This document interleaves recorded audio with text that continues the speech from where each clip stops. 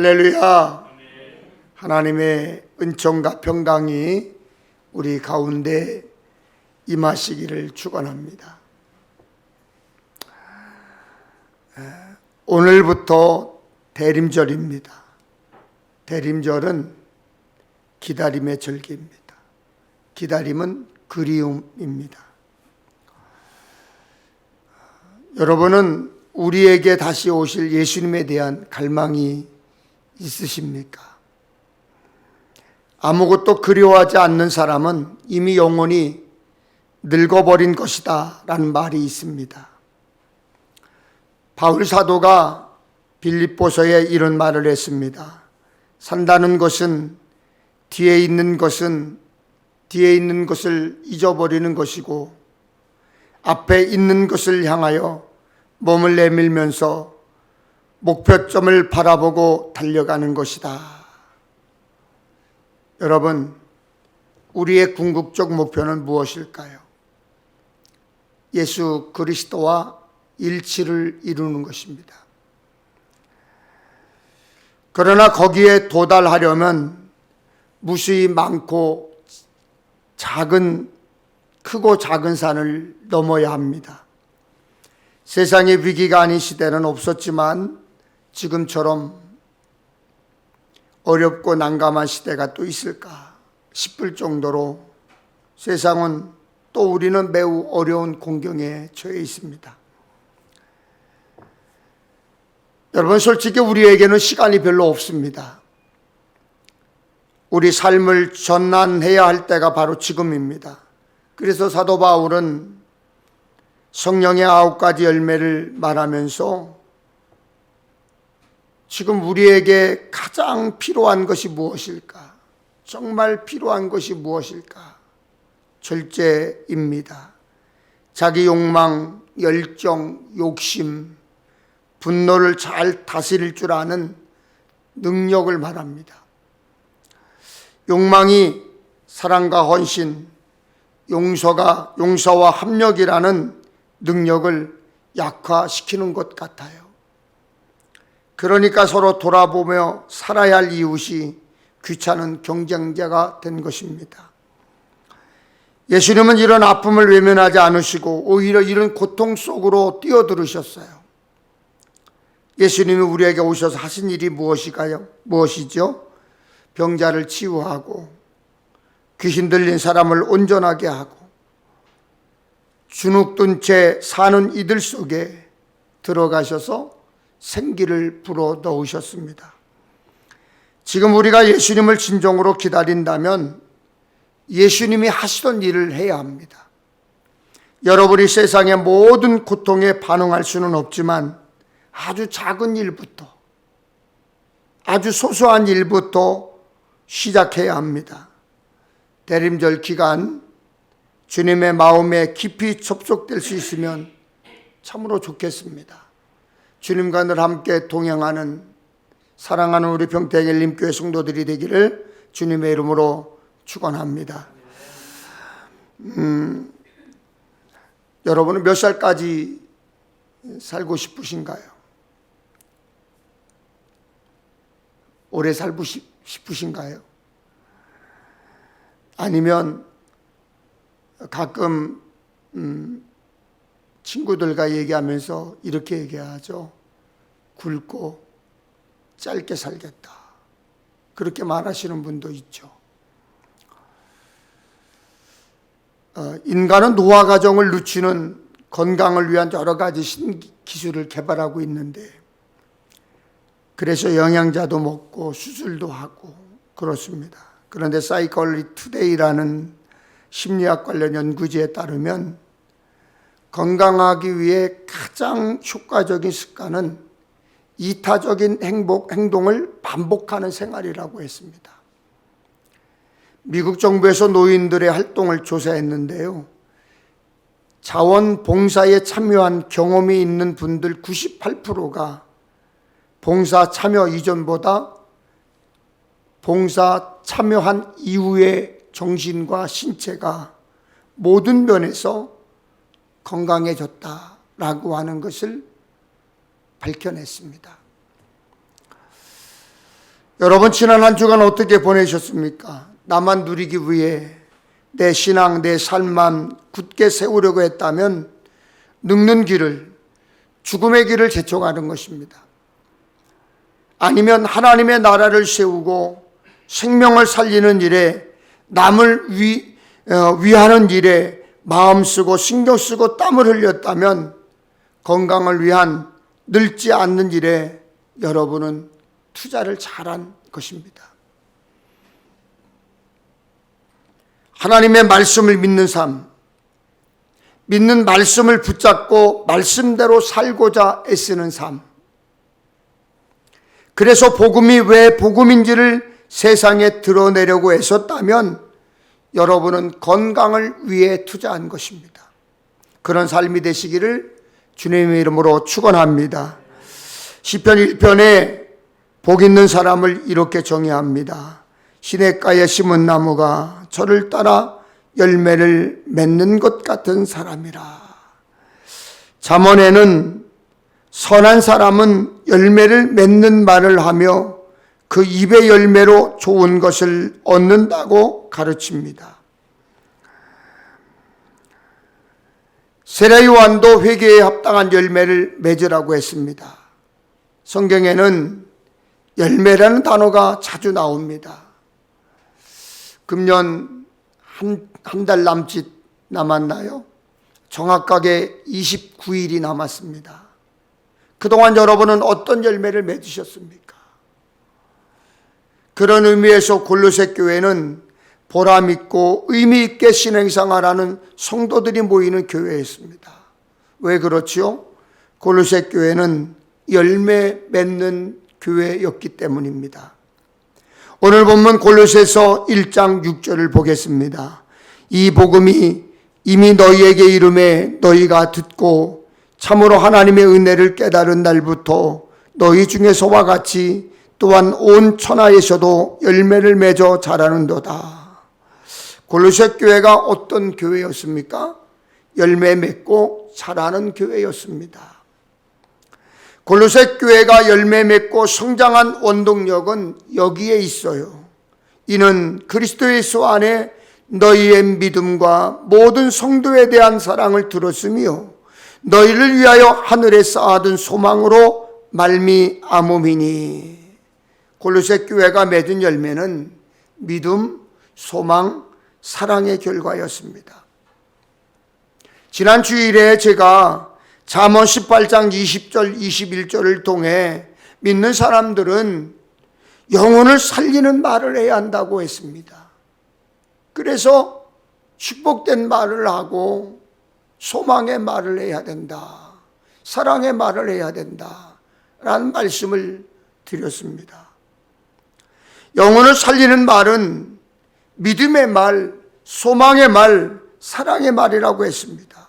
그런데 오늘 골로새 교회는 예수 그리스도를 믿는 믿음, 하늘에 쌓아둔 소망, 그리고 성도를 사랑한 교회였기에 열매를 맺을 수 있었습니다. 고린도전서 13장 13절에도 그런즉 믿음, 소망, 사랑 이 세 가지는 항상 있을 것인데 그 중에 제일은 사랑이라고 말씀하고 있습니다. 어떤 이는 사랑은 많은데 믿음이 부족해요. 어떤 이는 믿음도 사랑도 좋은데 소망이 없어요. 그러니까 늘 절망적인 이야기를 하고 불평하고 하늘에 대한 소망이 없습니다. 그런데 골로새 교회는 이 세 가지를 균형 있게 유지했습니다. 열매를 맺는 것은 복음, 곧 진리의 말씀을 듣는 일에서부터 시작되었습니다. 그래서 골로새서 1장 6절입니다. 이 복음이 이미 너희에게 이름에 너희가 듣고 참으로 하나님의 은혜를 깨달은 날부터 열매를 맺어 자라는도다. 열매가 맺어지고 자라기 시작한 것은 복음을 들음에서부터 시작합니다. 예수님의 구원의 소식을 듣고 말씀의 은혜를 깨달은 것이 모든 열매의 시작이 되었습니다. 로마서 10장 17절에도 믿음은 들음에서 나며 했습니다. 그러므로 믿음은 들음에서 나며 들음은 그리스도의 말씀으로 말미암았느니라. 말씀을 들어야 믿음이 생기므로 당연히 잘 들어야 합니다. 그래서 여러분, 하나님의 말씀이 잘 들리도록 노력해야 되는 거예요. 골로새 교회 성도들은 복음을 잘 듣고 하나님의 은혜를 깨달았습니다. 하나님의 우리를 사랑하셔서 예수님을 이 땅에 보내신 것과 예수님이 우리 죄를 속하기 위해 십자가에서 죽으신 사랑이 얼마나 큰지 깨달았어요. 그 깨달음이 예수님을 믿게 했고, 그 믿음이 천국의 소망을 붙잡게 했고, 그 소망이 믿음 안에서 형제된 성도들을 사랑하게 되었습니다. 신앙의 열매를 맺으려면 먼저 하나님의 말씀을 잘 들어야 돼요. 예수님의 말씀을 전할 때 들을 귀 있는 자들은 들을지어다 했습니다. 말씀을 귀로 듣는 것은 누구나 할 수 있어요. 그러나 들을 귀를 가지고 말씀을 자신의 것으로 받아들이는 것은 아무나 할 수 있는 게 아니에요. 하나님의 말씀을 들었다고 해서 아무나 다 그 말씀을 소화할 수 있는 게 아니에요. 오늘 설교를 들어도 어떤 이는 설교를 들으면서 오늘 강단을 통해서 내게 주시는 말씀이 무엇인가 소망을 해요. 나를 깨닫게 하시고 나를 꾸짖는 말씀이 무엇인가 생각하면서 귀를 기울입니다. 그런데 어떤 이는 저 말에 무슨 의도가 있는 거 아니야? 왜 저런 얘기하지? 거부감을 드러냅니다. 은혜 받는 사람도 있지만 꽁해서 듣는 사람도 있습니다. 같은 물을 마셔도 손은 젖을 내고 뱀은 독을 냅니다. 같은 말씀을 들었는데도 어떤 이는 은혜를 받고 어떤 이는 속셈이 뭐지? 저희에게는 나들으라고 한 말 같은데 누가 얘기한 거야? 라고 생각합니다. 왜 그럴까요? 이유는 하나예요. 예수님을 잘 모르기 때문이에요. 말씀을 잘 모르기 때문이에요. 예배드림에 최선을 다하는 것, 기도 열심히 하는 것, 봉사하고 섬기는 것 매우 중요해요. 하지만 신앙생활의 첫 단추가 잘못되면 열매를 맺지 못합니다. 잘하지 못하는데 어떻게 열매를 맺을 수 있겠어요? 그 첫 단추가 복음을 듣고 은혜를 깨달아 마음을 새롭게 함으로 속사람이 변하는 것입니다. 에베소서 4장에 보면 복음을 듣고 은혜 받은 성도들의 삶이 어떠해야 하는지를 가르쳐주고 있습니다.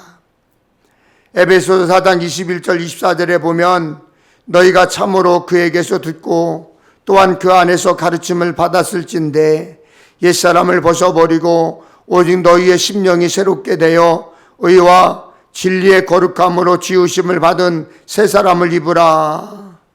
심령이 새롭게 된 그리스도인은 새 사람을 입어야 합니다. 미국 유니버시티 오브 사우스런 캘리포니아라는 대학이 있는데요. 그 대학에서 철학 교수를 하면서 작가였던 달라스 웰라드라고 하는 교수가 있어요. 그분이 믿음을 이렇게 설명했습니다. 믿는다는 말이나 믿는다는 확신만으로는 진정한 믿음이 완성되지 않는다. 그 믿음이 진실인 것처럼 행동할 때 비로소 진정으로 믿는 믿음이 된다. 우리가 믿는 믿음을 우리가 늘 고백하는 신앙 고백을 순종하고 행동으로 옮길 때 비로소 진짜 믿음으로 완성되는 거예요. 그러므로 예수 믿어 구원받은 확신이 있다면, 믿음이 있다면 그 믿음대로 살아야 돼요. 하나님의 말씀을 여러분 들으셨습니까? 믿음이 있다면 그 말씀에 순종해야 돼요. 천국을 소망한다면 죽음도 두려워하지 않는 담대함이 있어야 됩니다. 하나님을 사랑하고 이웃을 사랑하라고 배웠지요? 그러면 삶에서 그 사랑이 드러나야 하는 거예요. 야고보서 2장 17절에 행함이 없는 믿음은 그 자체가 죽은 것이라고 했습니다. 믿음은 입술로만 고백하는 것이 아니에요. 삶에서 드러내야 되는 거예요. 삶에서 드러나야 되는 거예요. 그런데 삶에서 내 믿음을 보인다고 보여지는 게 아니죠. 어떤 이는 자기가 믿음 있는 사람처럼 말하고 행동하죠. 근데 그 말이 역겹고 행동이 가식적으로 보일 때가 있어요. 왜요?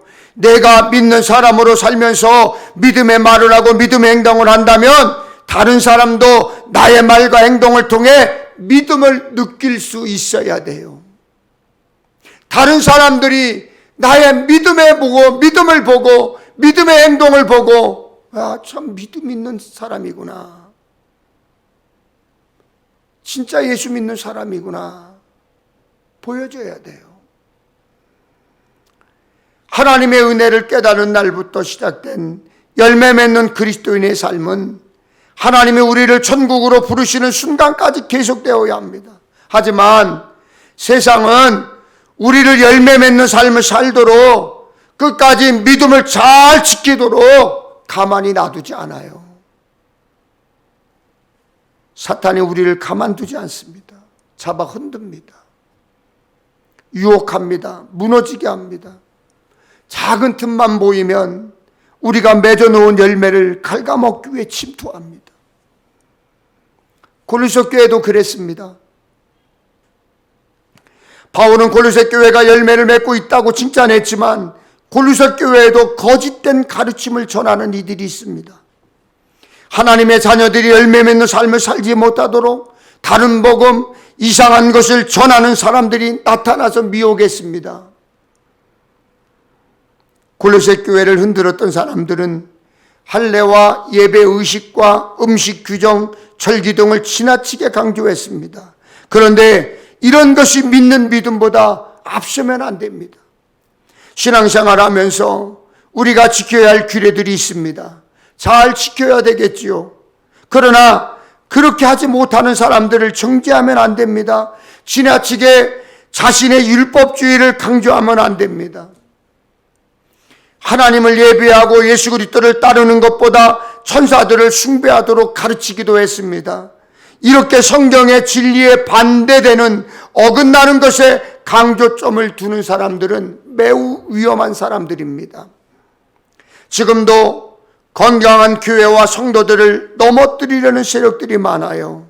우리가 열심히 열매를 맺으며 신앙생활 하려고 하면 우리를 잡아온드는 이단들이 다가옵니다. 그들은 절대로 정면으로 우리에게 다가오지 않습니다. 정상적으로 침투하지 않아요. 틈새를 바라보고 사이를 바라보고 부족한 면을 바라보고 공격할 곳을 찾고 그리고 그 사이를 비집고 들어와서 어떻게든지 간에 예수 믿는 사람들을 넘어지게 하고 무너지게 하고 숨을 못 쉬게 만드는 거예요. 사도 바울이 골로새 교회를 위해 기도한 하나님의 신령한 지혜와 총명은 말씀을 분별하는 능력에서 나옵니다. 그래서 여러분 날마다 큐티하라고 하는 거예요. 우리 삶에서 만나는 모든 대적들, 장애물들, 말씀이 없으면 믿음이 없으면 고통이고 실망이에요. 그러나 말씀으로 해석되기 시작하면 그것은 삶을 복돋는 힘이 됩니다. 그래서 날마다 매일 늘 말씀을 묵상하자고 하는 거예요. 하나님의 말씀을 깊이 할 때 거짓 교훈에 속지 않습니다. 말씀을 더 깊이 알아가면 고난을 극복하는 힘이 되고 천국의 기업을 상속을 받게 됩니다.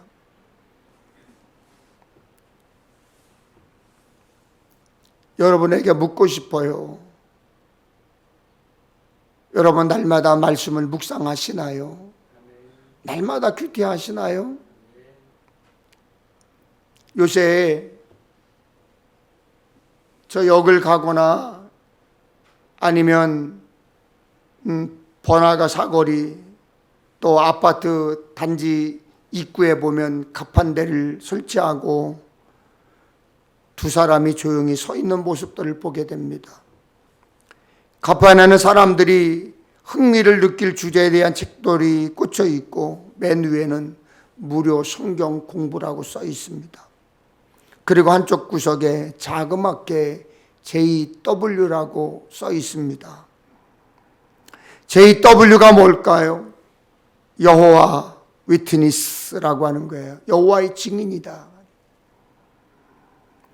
원래 여호와의 증인은 가가오 방문해서 전도하는 게 특징이었는데 코로나 이후 전도 방법을 바꾼 듯합니다. 책자들을 전시한 채 두 사람씩 짝지어 가만히 서 있습니다. 자기들끼리 말해요. 누가 먼저 말 걸 때까지 가만히 있어요. 여러분, 지나가다가 궁금하더라도 말 걸지 마세요. 관심 보일 필요 없어요. 자기가 꼭 잘난 것처럼 대단한 믿음을 갖고 있고 대단한 성경 지식을 가지고 있는 것처럼 지나가다가 그 사람들에게 시비를 걸고 말을 걸어요. 걸려드는 거예요.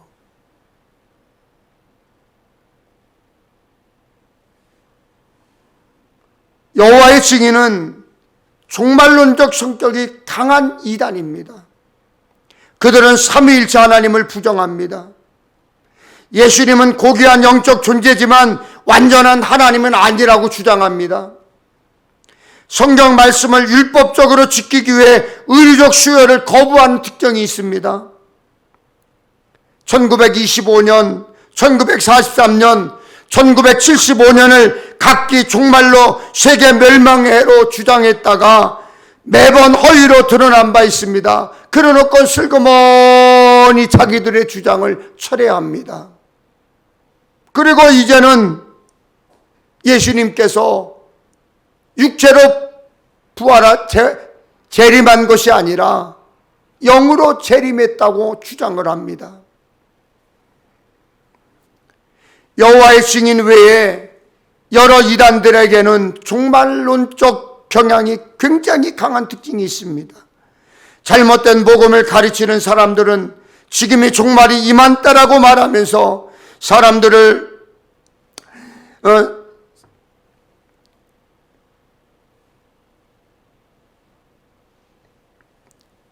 사람들을 급박하게 코너로 몰고 갑니다.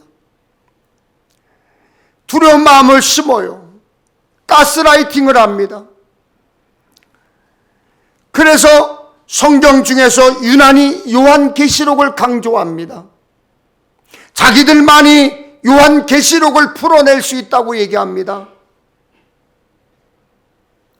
자기들에게만 와야 천국 갈 수 있다고 주장합니다.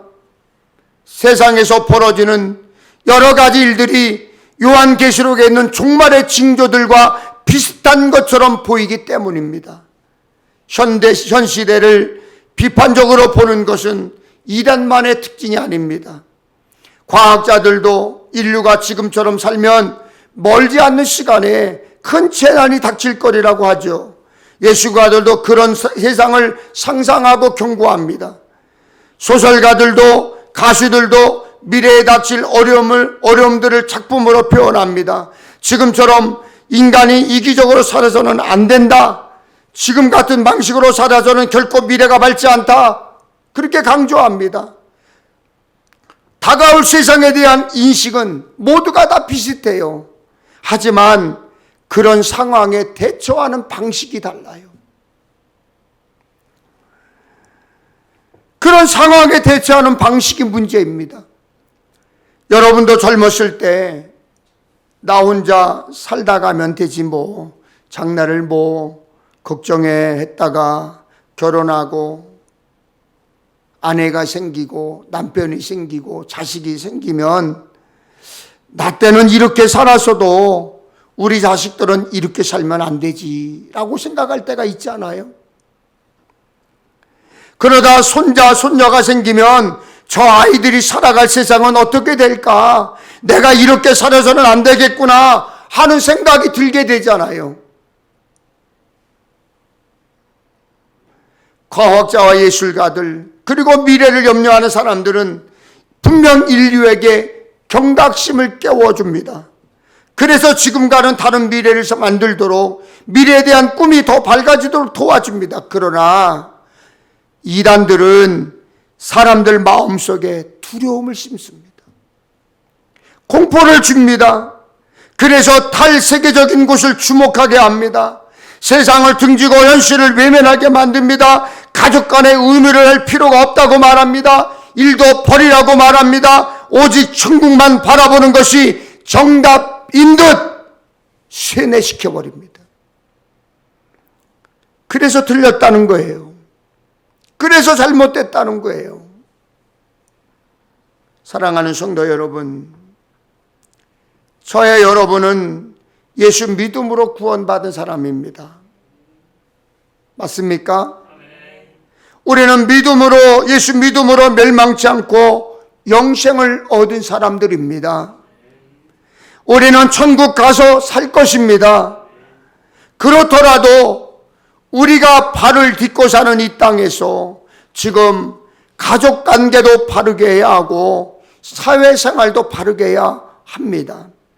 세상의 빛과 소금이 되어야 하고 그리스도의 향기를 드러내야 합니다. 천국에 갈 사람이라고 지금 아무렇게나 살면 안 되는 거예요. 혹 그런 징조가 보이거든, 혹 이제 종말이 되었다고 느끼거든, 우리는 돌이켜 하나님을 향해야 합니다.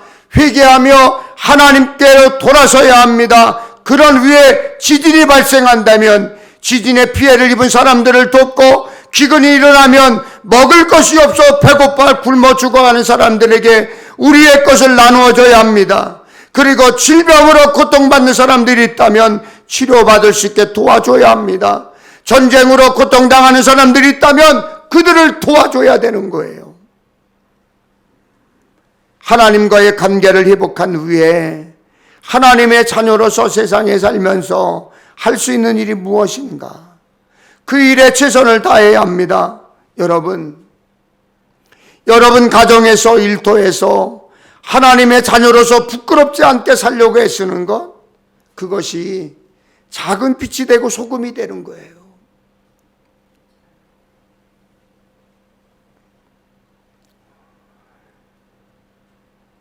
우리 동남아 선교회에 아버지가 장로님이신데 염전을 하시는 분이 계세요. 한 번은 염전에서 바로 생산된 소금을 제가 맛본 적이 있었어요. 그 장로님은, 목사님, 바로 나온 소금인데 달아요. 그러면서 한 움큼 줘가지고 이렇게 맛을 보면서 달다고 얘기하더라고요. 근데 저는요, 그걸 떡같이 믿고서는요, 저도 한 음집 짓고서는 입에다 넣어봤어요. 얼마나 짜고 얼마나 쓴지 몰라요.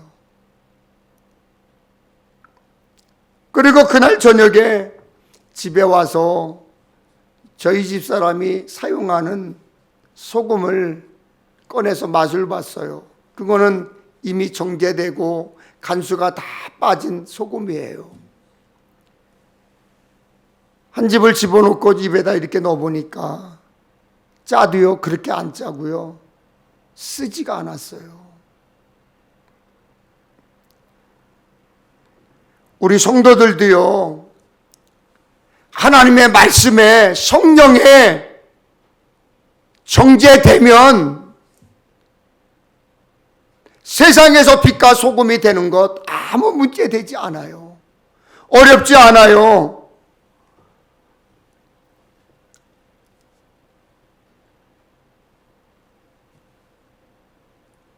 거짓을 가르치는 사람들, 이단들, 천국에 가서 살기만 하면 된다고 말하죠. 그리고 이 땅에서 함부로 살아도 괜찮다고 말합니다. 회개하지 않아도 된다고 말합니다. 자기들끼리 끼리끼어 모여서 자기들끼리 세력을 조정하고 가족도 버리고 일터도 버리라고 말합니다. 거짓 가르침을 가르치는 사람들, 이단의 유혹에 미혹되지 않고 계속 열매 맺으며 사는 방법이 있습니다. 골로새서 2장 6절 7절입니다. 그러므로 너희가 그리스도 예수를 주로 받았으니 그 안에서 행하되 그 안에 뿌리를 박으며 세상을 세움을 받아 교훈을 받은 대로 믿음에 굳게 서서 감사함을 넘치게 하라.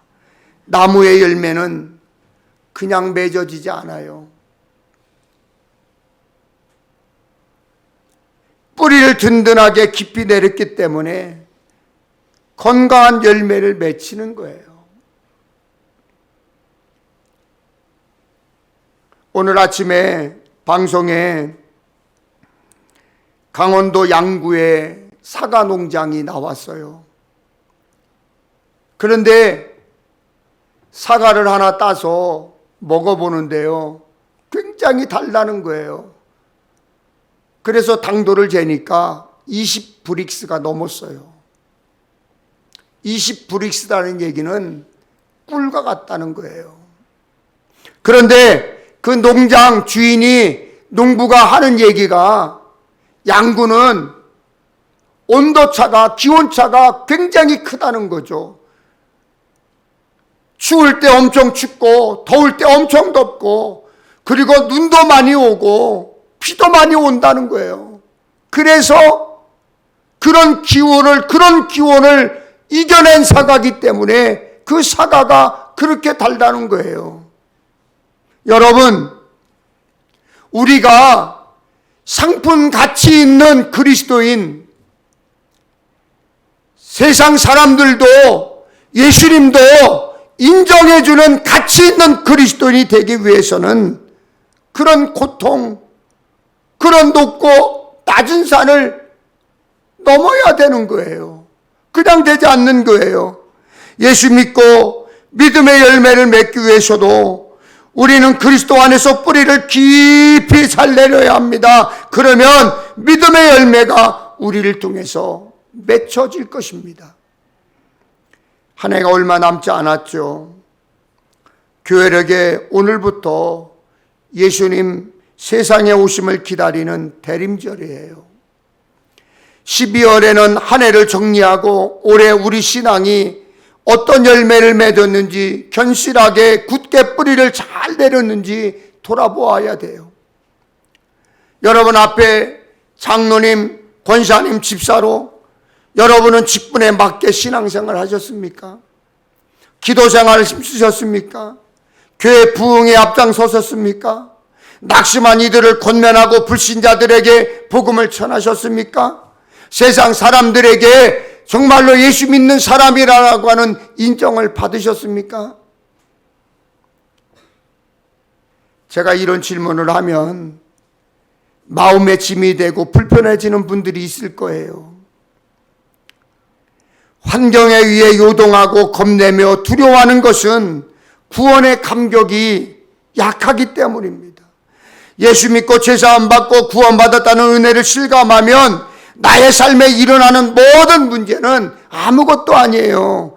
그리고 남들 앞에 드러나지 않았지만 믿음을 가지고 하나님과 사람 앞에 부끄러움 없이 살려고 했었고 최선을 다한 분들이 있을 거예요.